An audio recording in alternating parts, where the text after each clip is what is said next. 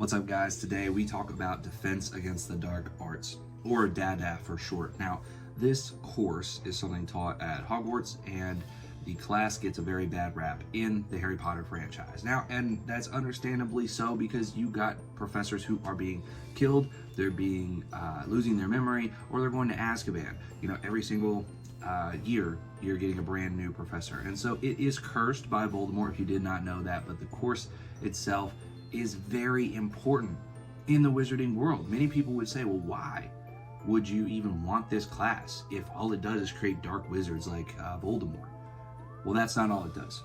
And we're here today to tell you guys about everything that you can do with a specialty in Defense Against the Dark Arts. So let's go ahead and jump into it. I think you guys will find this interesting, like we did as well. So this is a fundamental course taught at Hogwarts.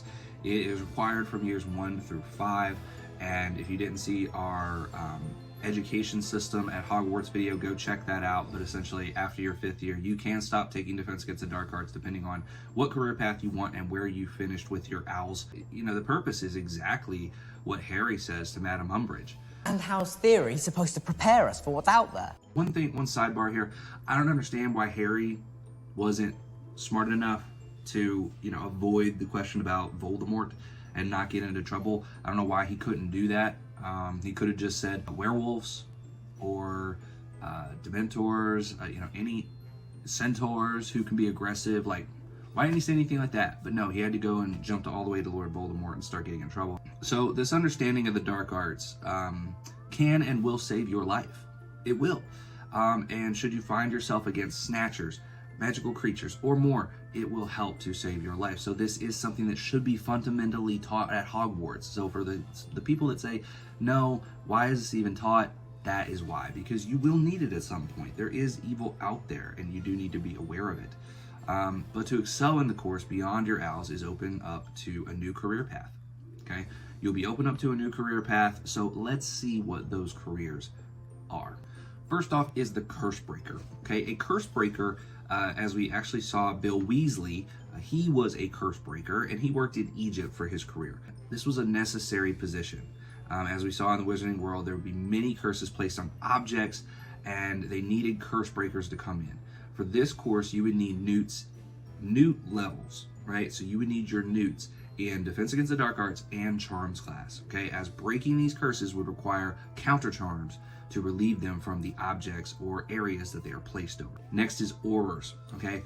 Aurors are basically the magical police force in the wizarding world. You would be required to have newts in 5 different categories. It's probably the most strenuous position when it comes to education, okay? And that would be Defense Against the Dark Arts, Charms class, Potions class, Transfiguration, and Herbology, okay? It's a huge mix that you have to be, at the newt level of to be able to get here. And Aurors would seek out dangerous witches or witches. They would erase muggles' memories when something would happen, an accident would occur, and they would help to conceal the magical world. Number 3 is the DADA Professor, okay? The Defense Against the Dark Arts Professor. This was probably the most challenging to become, and definitely the most challenging to keep, because every year we're getting a new one. But not to mention, you would be required to have newts in Defense Against the Dark Arts, Charms class, Potions class, Herbology class, and Transfiguration. Care for magical creatures and arithmancy as well. So this course took the most amount of newt levels, or this career path would take the most amount of newt levels to be able to achieve. You have to do a well-rounded basis of everything that could be dark or evil within the wizarding world, and so this covered that. 4th would be a special healer at St. Mungo's Hospital, okay?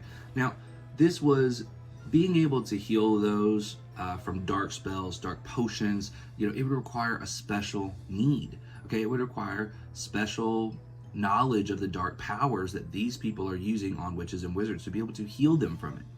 So a background in Defense Against the Dark Arts would do that for you, okay? So for this, you would have to have newts in Defense Against the Dark Arts, Potions class, and Herbology, okay? 3 different courses you have to have the newts in. I think this makes a ton of sense and really interesting career path there, because you're going to need to know about the dark arts to be able to counter it and heal people from it. Number 5 is a dark creature handler, okay? This is what Charlie was. Charlie Weasley, this is what he was. He works with dragons in Romania. Okay, you need your newts in Defense Against the Dark Arts and Care of Magical Creatures. You wouldn't really need it in anything else, although I would say Charms would probably be something that you would want it in as well, just probably to move you up in the resume pool. Dragons were not the foulest of beasts.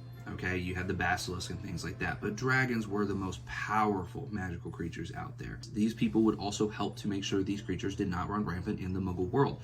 And so, you know, someone like Charlie would have to be able to defend himself against a dragon. He would have to be able to, you know, keep a dragon from going somewhere else. He would have to be able to overpower it, to put up barriers that it couldn't get past to get into the Muggle world. So very interesting here. A basilisk is on the loose in Manhattan, for example, because Muggles say that they see alligators in the sewers. We've all heard that. Just makes you wonder, were those alligators actually a basilisk? Okay. But we would send a dark creature handler for this. They would come in, they would investigate, they would figure out the creature that is there, and they would subdue that creature, they would capture it, they would bring it back to where it is supposed to be within the magical world, away from Muggles. Number 6 is dark artifact, enchanter, or like a dealer, right? So this is someone who you would need newts in Defense Against the Dark Arts and Charms. This would be someone who creates rare dark items, okay, to be placed in places like Borgin and Burks, okay? So you're a dealer making items, rare things that you want to go into the stores and it's being resold. Number 7 is a freelance dark wizard or a mercenary. Now, you would need your newts in Defense Against the Dark Arts for anyone to take you seriously in this course. But, you know, that's what you are. You're a mercenary, you're a dark wizard. These are the people that would be, you know, most likely be led to be Voldemort followers, you know, Death Eaters, things like that. But there were mercenaries and dark wizards outside of Death Eaters in the Harry Potter franchise. We just didn't get to see them because we focused so much on the Death Eater era of the wizarding world. Now, honestly, most students would lose interest in Defense Against the Dark Arts over the years. They would not want to continue the pursuit of it. However, proficiency in the field would give you great career success. Many kids just had a negative connotation with it, and they did not want to continue in the field. But let's look at the pay, guys. There's a reason you should stay in this, and the pay is possibly one of those. An Auror, okay, and we are taking salaries that are adjusted to today, 2026. An Auror would be making $100,000 a year, okay? That's a pretty good salary, all right? Defense Against the Dark Arts Professor would be similar to $100,000 like Aurors, but for a school with the prestige of Hogwarts, probably say that would be doubled. It's probably $200,000, and plus, you know, you only get to get that job for 1 year because you're going to replace it, so they would pay them a little bit more knowing it's a 1-year thing. A St. Mungo's healer, looking at this, they would actually make $80,000 to $95,000 in salary. This is taking galleons to Muggle money and, you know, doing the equitable thing there. So $80,000 to $95,000 in salary. A curse breaker, you know, similar to a Bill Weasley. It would depend on the level of curse break. It's kind of like you get bonuses for what curses you break, but a successful one would be somewhere around $75,000 to $90,000 a year. That's a pretty good salary. So Bill was doing all right out there in the wizarding world. A dark creature handler, it's different per the beast that you're doing, right? And so a spirit handler, which is some of the lower level things would be spirits, they would be around $60,000, while a dragon handler would get around $90,000 a year. So kudos to Charlie Weasley out there bringing in the bread for the wizarding world.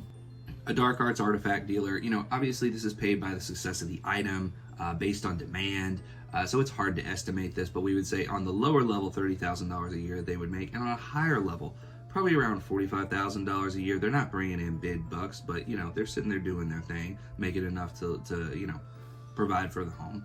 And then a freelance mercenary and dark wizard. Guys, this is like a bounty hunter in terms of salary. You know, your reputation is going to get you the big dollars for the big jobs. Probably $30,000 on the low side for ones that really aren't good. Up to, you know, $120,000 on the high side for ones who are getting the big jobs to go after some of the bigger wizards out there. So yeah, that is kind of what we're looking at here. So if in the Defense Against the Dark Arts, yeah, you could get a job as low as $30,000 a year if you specialize in that. But we're looking at $120,000 plus if you're excelling in that field with some really great jobs here. that create a good career path for the witch or wizard. So very interesting looking into this. This is the career path that you would take if you specialize in the field of Defense Against the Dark Arts. These are the jobs that you would be looking at if you wanted to excel within that after your school. So what did you guys think about this? We thought it was very interesting to look at. We thought it was interesting to see what types of jobs that you would have if you specialize in Defense Against the Dark Arts. If there's any other categories of courses that you want to see the career paths for, let us know. We'll break those down as well. Thank you guys so much for tuning in, and remember, Christ is King.